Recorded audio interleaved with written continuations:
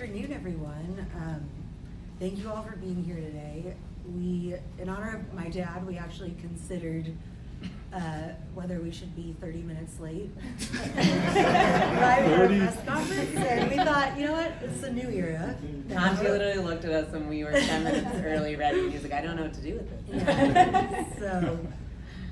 So to begin, our family would like to thank so many countless individuals for their love, their thoughts, prayers, the kind words. There have just been so many incredible stories that have been shared with us about our dad during this trying time. Our dad really cherished his relationships with you guys too, so we just want to say thank you for your support as well. So to say that we love our dad and miss him terribly would be an understatement. We are so proud to continue our dad's legacy, beginning with carrying out his foremost wish to keep the Colts in our family.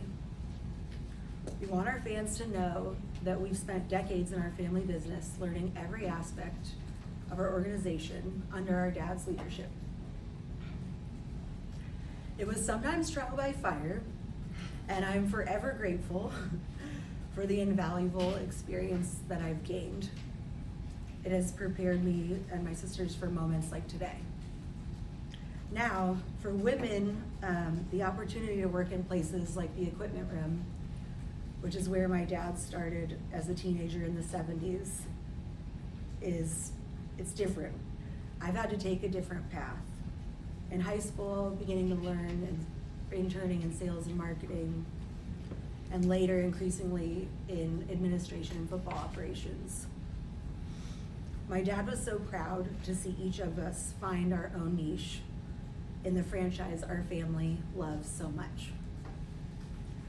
His greatest love beyond his family was having the blessing to be a steward for the Indianapolis Colts. It's our privilege and honor to share this same responsibility and opportunity today.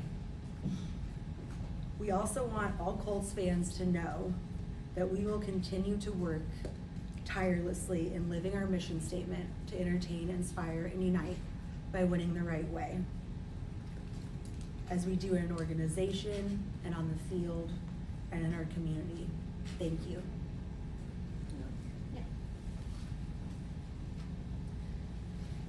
First of all, I'd also like to thank all of the countless fans and employees, media, NFL owners, down to even my mailman. I mean, everyone's been so open and gracious and kind about all the kind words that they have from our dad, as we all know was extremely generous and important in this community. Well, he'll be terribly missed, but as we're kind of going through this grieving process, I just wanted to say thank you to everybody for that. The horseshoe basically represented so much to our dad. And I think we all know, and just growing up with it, in fact, we all have the same horseshoe tattoo, which my dad had as well. But it was more than just a symbol of loyalty, hard work, and compassion. It was so much more what it meant to him, and he ingrained that in all of us. It was more about, it was a family. And my dad always said that to so many people. Every person who walked into this organization and this building was a part of our family, from the bottom to the top. And my sisters and I, we've all learned that from countless years that we've spent at training camps and in high school. I worked the front desk answering phones, to marketing, to just the countless years that we're so thankful for, that our dad allowed us to be a part of the organization from such a young age, which was priceless, really. So we've been around the NFL and the team a long time. We've grown up here in Indy, in the city, and we just know the value of our commitment to the team and to the city of Indianapolis is just as important as it was when he was there. We are going to take that seriously as a family, and we know we're going to try to live on his legacy in the best way that he has taught us. And what the horseshoe represents is going to continue to be kind of what he taught from the very beginning. So We're grieving the death of our father, but as we process this transition, we feel energized, and we want to continue his legacy in bringing home another Super Bowl for the city of Indianapolis. And our family has always been about faith, family, and football, of course, so we hope to continue that. I also wanted to note that Drake, my dad's dog, a lot of people know, our brother, is living with me now, and I'm sure he'll probably be coming to the games still, so. Drake's doing well. He's living on the farm now, but. So, thank you. Drake's Thank been you. missing. Well, again, I'll echo what they said in terms of thanking everybody in this room and everyone who's reached out in any capacity. And Casey's right, anywhere I go, even my girls' First Baptist game, you know, people coming up to me, and as much as it can be overwhelming, it's such a testament to what he was, and what he'll continue to be. And as they've said, again, to echo what they've said, his dream was probably his biggest dream, other than having a big family and having grandkids and being with us, was to see us do what we're doing right now. And I think the hardest thing about that is that his biggest dream and goal, he always knew he wouldn't be able to be here to see. And that makes today extremely bittersweet. I wish, you know, I think anytime we thought about it, what an exciting gift and opportunity we've been given in this life to be at the level we are at as owners. And as my dad always said, he hated that word. He loved the word steward, because that's really what we're doing. And I think we all want to make sure that everyone knows that that is probably one of the biggest things we got from our dad, is that realization that this is an extremely amazing opportunity that we have, and we do not take that for granted in any way. And that we feel blessed to be able to continue his legacy of being a steward, you know, both within the NFL, but also in the Indianapolis community and the world. And I think one story that I'll share from the service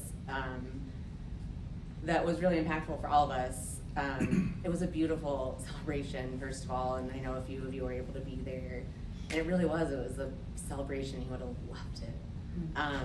But when we left, you know, you have to make a lot of decisions, as anyone knows who's lost a parent or loved one.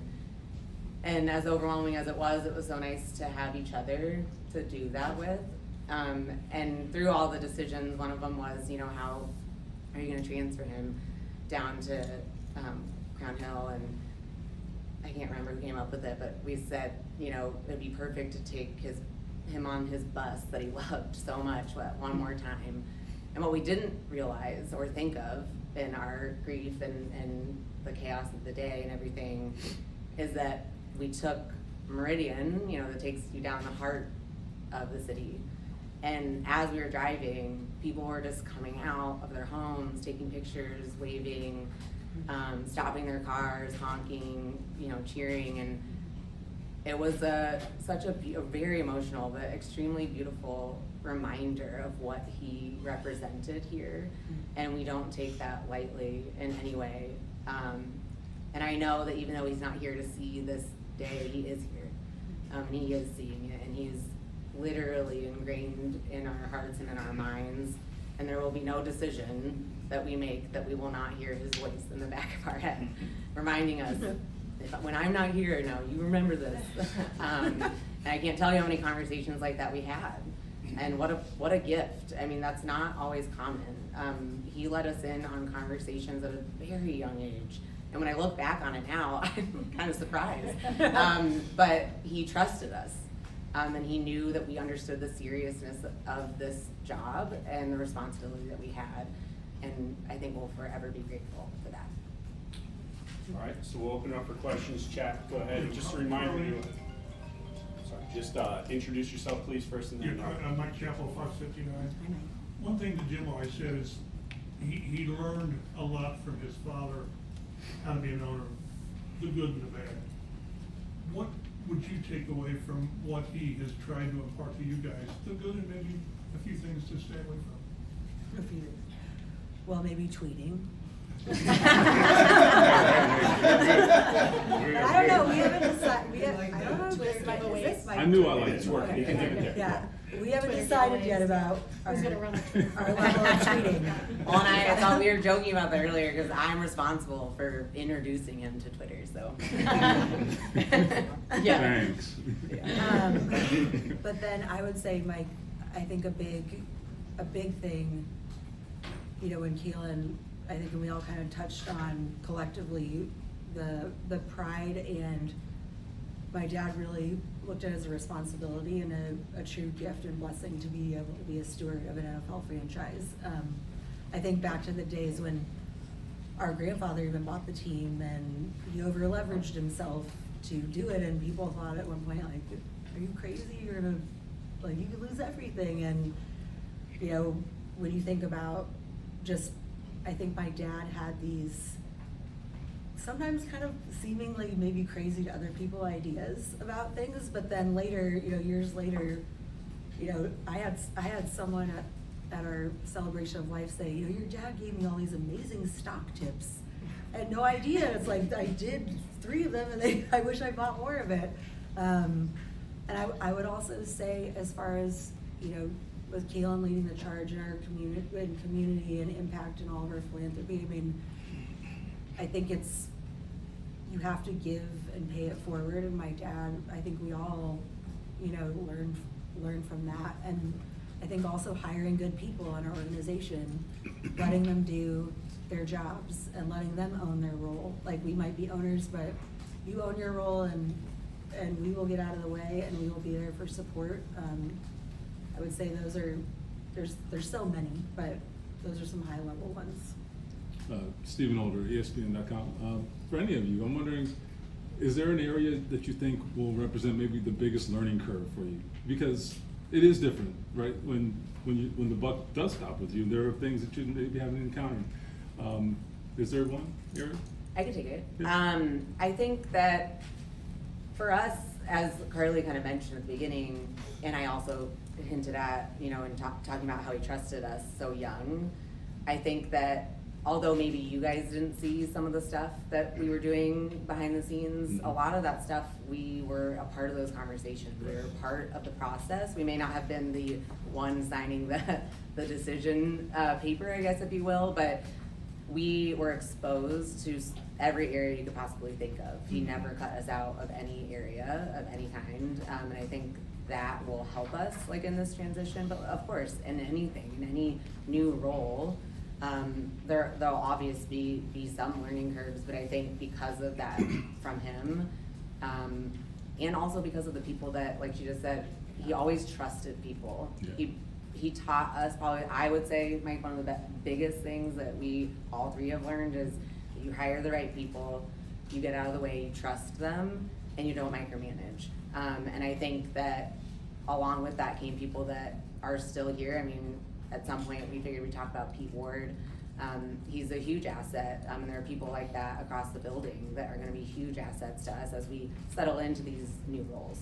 As a follow-up, was that kind of a misnomer about your father? That because he was very public and vocal, and all, but he was not like the guy who's micromanaging everything. He did let people lead, right? Yeah, I mean, I think maybe sometimes that was a storyline Right. that got told, but Yeah. he really truly did. I mean, he liked to debate.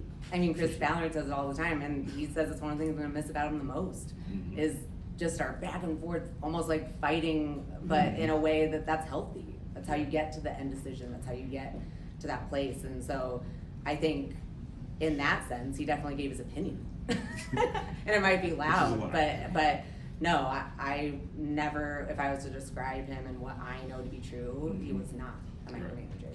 Joel Erickson, Indianapolis Star. How did you guys come to your respective areas of expertise, and how did your dad play a role in you guys finding those roles within the organization? Well, I would say that I think Just naturally. we were, Yeah. it naturally happened, Joel, but we were never, you know, it was never like, this is what you're doing. Like, I think about some friends that I have, it tends to be not to stereotype doctors, but like, you're gonna be a brain surgeon or something. I mean, it was always, you should do what you love and be yourself and follow your heart. But I think It's the nature nurture question, or the chicken and the egg. I think none of us will ever be able to answer that, but I think we grew up and my dad loved it so much, and we have, you know, so many of our family memories, you know, Christmases, holidays that, you know, we, you know, for some people that start new and working in sports, they're like, oh, I don't get this day off. And it's like, for us, like, we don't know it any different than from Our lives have always revolved around Yeah, the entire so- football schedule. Yes. But I mean, I think to answer it more, he always said to us, that's one of the most beautiful things about sport. There's so many areas that you can be involved in, but he would always make sure to leave that conversation saying, but you need to understand, if you're gonna be an owner, that's the seriousness of that and the decisions that you might have to make, that, you know, as some people will say, sometimes it can be lonely at the top. And he didn't have siblings, you know, to bounce ideas off of. And I really think it's something that he always was so happy for us, that we had each other as we've grown together, and to be able to bounce those ideas and support each other in that way. And I think we all, you know, kind of like the yin and the yang, we all have strengths in areas that maybe not be the same as mine, as it is Carlie's, as is Casey, and that's one of the great things, I think, of having this balance, and people to lean on. And I mean, I look at, I said it in my speech at his service, but it was a really weird moment to realize that I'm the same age he was when his dad died. And that shifted him, that changed him, and this will us as well. But we feel ready, and I think the stability that we feel having each other is huge. Kevin Bowen, 107.5 The Fan. Carlie, was there ever any doubt that you guys would take over? Did you ever think to yourself, maybe this is not something we? Well, I mean, certainly, Kevin, I think at one point I went to pursue my doctorate in clinical psychology, so I think I always knew I was gonna come back here. I'm speaking for myself personally. I think my heart was always here. I wanted to do something different, but I think I would say in some ways, yes, for me personally. I don't know about. Do you mean, Kevin, do you mean after he passed, or do you mean in life? Yeah, I mean, you look around the league, not every, you know, from one level to the next level, family-wise, is get passed down. Was there ever, I guess, any doubt that? I think I could answer a little bit, Yeah. just because growing up, my dad ingrained in us just how important the team was, and just how to cherish and basically do everything you can to try to keep it. And he did a great job trying to work Setting us hard, up, yeah. setting us up so that when he did pass one day, sooner than we thought, but that we would be able to do that. And we're so thankful for him, because as you know, a lot of families, things get ripped apart. And I think he also ingrained in us, just as we've all been talking about since we were little, that this is what was so important to our family. And keeping the team, I think, was so important to the three of us together. Yeah, And- absolutely. Yeah. Well, as you know, I used to work with you. I know you're Casey Foyt, The Athletic. Have you all thought about just how your, I guess, structure will look going forward? Meaning, like, would you bring in a team president, or would you want to keep it just in the family? I guess things like that when it comes to leadership decisions. Yeah, I think with Pete here, I think he's kind of been the de facto proxy, whatever you want to call it, president. And he's told us he has no plans to retire yet, so. You should talk to his wife about it, but I think as Kalen said too, we've all been involved kind of all along the way, and some of you may not know the level of what we've actually been doing, in deference to our father certainly, but I think that it remains to be seen right now. I think the first step was kind of talking to you guys, you know, making sure the succession plan that we announced was in line with what my dad's wishes were, and we're all aligned with it, and we're gonna be very collaborative. So I think that we're very fortunate. Hey guys, Greg Doyle, Big Star. You've been around the team obviously your whole life, so they've seen you. This role's different, obviously, and and it just so happens training camp, I mean, mini camp's going on, so have you addressed the team? Has there been any kind of meeting like that? Well, obviously all of them were at the service, and then we had a reception that, some of them were at as well, so as a collective group, I mean, like Carlie and I were at the team meeting this morning, but no, we didn't stand up and talk to them yet, but we've talked to many of them individually. And I think in that same vein, I guess it goes back to what you asked Mike about what we learned from him, and that's definitely something, is how special the relationship and important the relationship is with the players, and that making sure that they understand that we are the same in the sense that whatever you need to win, we're gonna make that happen. I'm just curious with the fact, I mean, this isn't new, you guys have been involved, maybe more so the last couple of years, I don't know.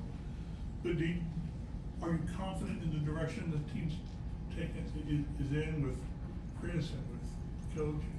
What's your comfort with where this team is and where it's going? Mike, we are very confident. Having said that, I think, you know, as my dad said before he passed, you know, Chris and Shane know that they have things they need to fix. And, you know, we talked about not micromanaging people, but also we have a standard here and it hasn't been good enough. And, you know, winning is great, but I would even take it a step further in saying, you know, we're really committed to being the best. And if we're the best, we will win games. And I think Chris and Shane are totally capable of doing that, and we're confident that they can. So it's not a playoffs or else, it's just reinforce everything that's in place. I mean, it's hard to put an objective in mind. Do you have a crystal ball? No, I don't. I wish I did. Because yes, of course, you know, things happen, and some of it is, we all have to look at all these factors. I mean, if we had all these, you know, injuries, you know, decimate our, knock on wood on that, but I'm just saying, there's so many different directions. That's part of why it's so fun and scary to work in sports sometimes. So I know you guys love each other, but I have siblings, and we didn't always agree on everything. So how, if there comes a time where you don't see eye to eye on issue X, how do you reach a consensus? I mean, I'm sure you figure it out, but I mean, is there? Oh, yeah. Yes. Well, I mean, I think it's Is like that any it? relationship. Yeah. Like, or Just any figure it out. partnership. We're sisters, but we're also business partners Mhm. now. And, you know, they always say, you know, your relationships with your siblings are probably the most important in life. They're the people you're with the most, so the people that will most likely stay with you the longest. And we know our faults and our strengths and weaknesses probably better than most. And of course we're gonna disagree. Like, but we've also learned, again, from our dad and just from life, you know, we're old enough to have learned how to handle those disagreements. And I think it's happened pretty nicely, naturally, that we've all developed our own niches and areas that we're working and contributing in the building, and it's great. It's great to be able to focus on the things that you're really passionate about, and have your business partners that are doing the other things they're passionate about. Carlie, do you view Chris and Shane tied together, even though they were hired different years? I can't answer that question right now. I don't know. I mean, I think that relationship is really important. And I think that's why, you know, in a lot of ways, as I've been more involved over on the football side in the last 8 to 10 years, I think it's like in a marital argument, right? It's like it takes two to tango, and I think they have a great relationship. I can tell you we've had situations where we've had that scenario. That wasn't the case, and they work really well together. They communicate really well together. They don't always agree, but as Kalen was saying, even among the three of us, they talk about it, and they each have their areas that they focus on, and I think they respect and trust each other, and we feel really fortunate to have that kind of dynamic. Dominic Miranda, WTHR. Just, Carlie, we've seen you with the headset on the sidelines, and I'm just curious your biggest takeaway from doing that and your intimate involvement with practices and games and kind of what you gleaned from that experience. I was waiting for someone to ask that. I'm just joking. So it was, I think, honestly, like, everyone knew my dad was a little bit, as Kalen said, good weird, or we were all kind of weirdos. The ones from the For the service, for those that were there. But I think one of the things that I learned in going through, even as back as when we hired Chuck Pagano, is that sort of accelerated I need to learn more about this. I need to be able to say, is this person full of BS? Do they even know what they're talking about? And I think one of the things that being on the headset has really helped me learn is, to the question earlier, it's such a complex organism, a football team, and how it operates. And on game day, and you could say, oh, that person ran that route wrong, when you learn to find, oh, someone tagged the wrong wide receiver, and it wasn't really the player's fault, it was the person that called it. So, and it's never, I think that's been a very valuable, because it also helps us be able to know, where do we need to make tweaks? What resources do we need? What do we need to fix? So much of it comes down to just how we operate and how things work. And the headsets are really, I wish I would suggest it for anyone else that has to pay coaches and GMs millions and millions of dollars. It helps you make a less expensive mistake potentially. Dave Atkins with the Indy Star. Carlie, obviously it's a big third year for Anthony Richardson, and just kind of curious where you're at with him and his progress, and do you see this as sort of a make or break year for him to either get on the field or prove what he can be, or are you not there yet? Well, we drafted Anthony for a reason, and we believe in him. He's incredibly talented, and sometimes when you draft players, they have rough starts, they have injuries, they've got those things that they need to go through. But I think it's way too early to tell. And I know Chris and Shane, they'll let us know as we go along. But I think he has all the potential in the world, and if he wants to prove it, he can, and he will if he wants to. JJ Stank with Colts.com. Over your time just spent around this franchise, spent around this city, what did you learn about the impact the Colts can have on Indianapolis? And I guess how does that maybe fuel your vision as owners going forward? You want to talk to that? Gosh, I mean, how long do you have? I know. But I think you could look at it back to the '80s when we came here. Our dad was able to be a part of bringing football to this state, and what it has done is incredible.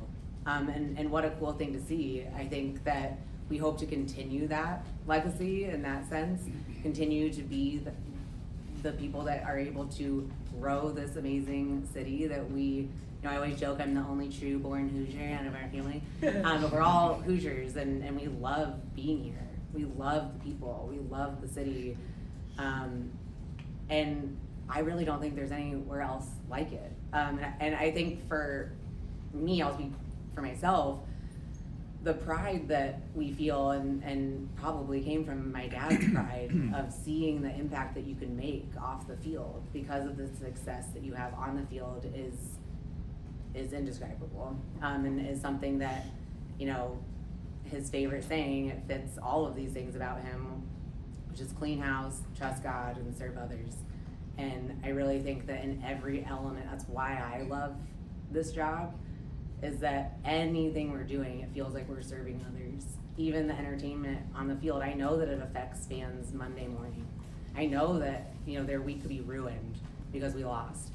And as much as that, again, that feeling of big responsibility, it also, what a beautiful thing that you get to be a part of. So I think we hope to just continue what he did so well, and showed us how working with so many different partners within the city too. I think it's one of the best things about Indianapolis is that we have some pretty incredible businesses and other sports teams who really know how to work together to get things done. And I can't wait to continue to be a part of that. All right, we're gonna take a few more. Chris, go ahead. Chris Hagan, Fox News 9, back here. We in this room have all seen how involved you've been with the organization and how prepared you are. But for the average fan, what do they know? They're going to sell the team. They're going to move the team. How could you assure them about how prepared and ready for this moment you are from day one?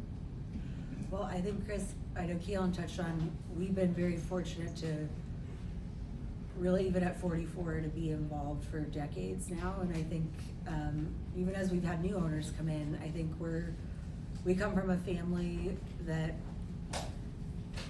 we didn't, start a hedge fund or some other business and do this, especially the generation we're in. This is our business and we take it very seriously. And we know, as we discussed, we know we have some things to fix, but I think we're just doubling down and we're gonna work tirelessly to make sure, continue the legacy, and we're just, to pull a quote my dad would say, who I think our PR person would say, you say excited too much, but we couldn't be more excited about the team this year and our draft class. I mean, you talked about the QB position, but it's competition is good. I mean, competing, nothing's better, nothing makes a team raise the waterline more than having other people, that are really good to keep them accountable. And I think I can't wait for training camp. I'm really excited about it. James Boyd, The Athletic, you talked about can't wait for training camp and wanting to win and things like that. So how do you all balance being patient and using discernment in decision making, but also having a sense of urgency to try to, to win now league, and it's always about what you've done lately as a team?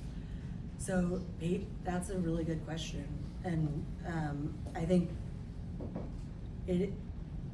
part of it is you have to be open-minded, you have to be a good listener, and I think the more we're grateful that as young as we are, we've been able to have as much experience as we've already had, and there's just not a one-size-fits-all answer. I mean, some players, like I said, some guys will get injured, or you'll get a coach that wants to run it, they tell you they want to run this scheme, and then we draft someone and that person doesn't fit, and then we have to pivot. And again, that's what makes sports so fun to work in, is it has to be this iterative process, but you also have to have this core and stay disciplined and stay true to what the standards are in our organization.